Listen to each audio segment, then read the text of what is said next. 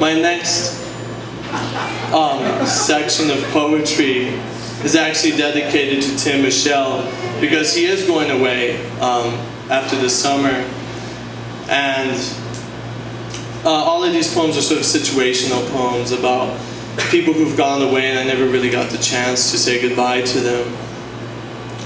And I've lost a lot of friends over the years. Like I said, I never got to say goodbye, and hope I can say goodbye to Tim.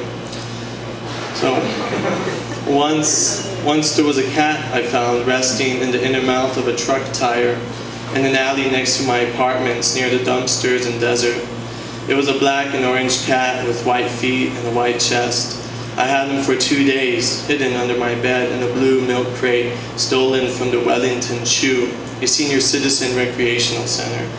My mother found him while I was in school and took him to the animal shelter, or so she said.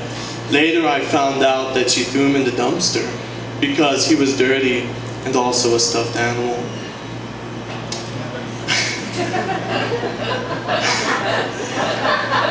When I was 10, my good friend and neighbor died. He had epilepsy. One evening while his folks were out buying groceries, he had a seizure, eating a Pop-Tart and choked. I used to go to his apartment every day and play Sega or G.I. Joe. After he passed away, I still went over most afternoons. I couldn't muster the courage to knock on his door, so I just stood before it, staring at the number 23, wiping tears and snot from my face. After a week, his mother came out. She had seen me from her living room window nearly every time. She was a strong woman. "Don't cry," she said, "don't cry."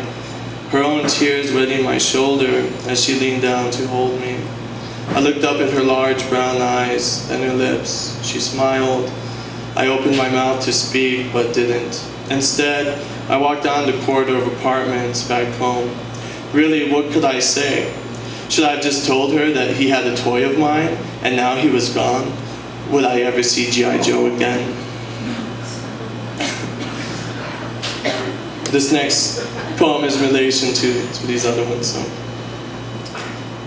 Sometimes I like to throw parties. I'm not very good at throwing them, but I like to throw them. And lots of people usually come around. So once I threw a going away party for one of my best friends. I had everything: chips, dips, hummus for the vegans, which was really just me, spiked blueberry punch, even some novelty gifts like that prank gum that turns your mouth color when you chew it, and a blow-up doll. Because I thought he'd get lonely out there wherever he was going. We spent hours practicing just how we'd surprise him. We got it down to an art. Everyone would hide in the kitchen, novelty items too. When he'd finally show up, I would say, "Hey, want a beer?" And he'd be like, "Yeah, man." And I'd lead him into the kitchen, and everyone would pop up and yell, "Surprise!" And we'd all talk about what a great guy he was and how much we'd miss him. But he never showed up. I didn't have his phone number, so I was hoping I'd get it then. He never showed up, and by 11 o'clock, everyone had left, leaving me behind, alone with a full pitcher of vodka and blueberry punch, and the blow-up doll. Another hour went by, and then I realized we never did invite him over.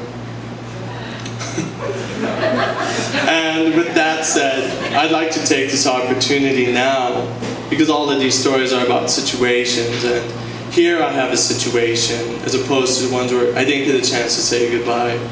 So I can say goodbye to Tim one last time, but also I'd like to apologize because I want to say sorry, Tim. I'm the one who forgot to invite you to your own going away party. And that's the end.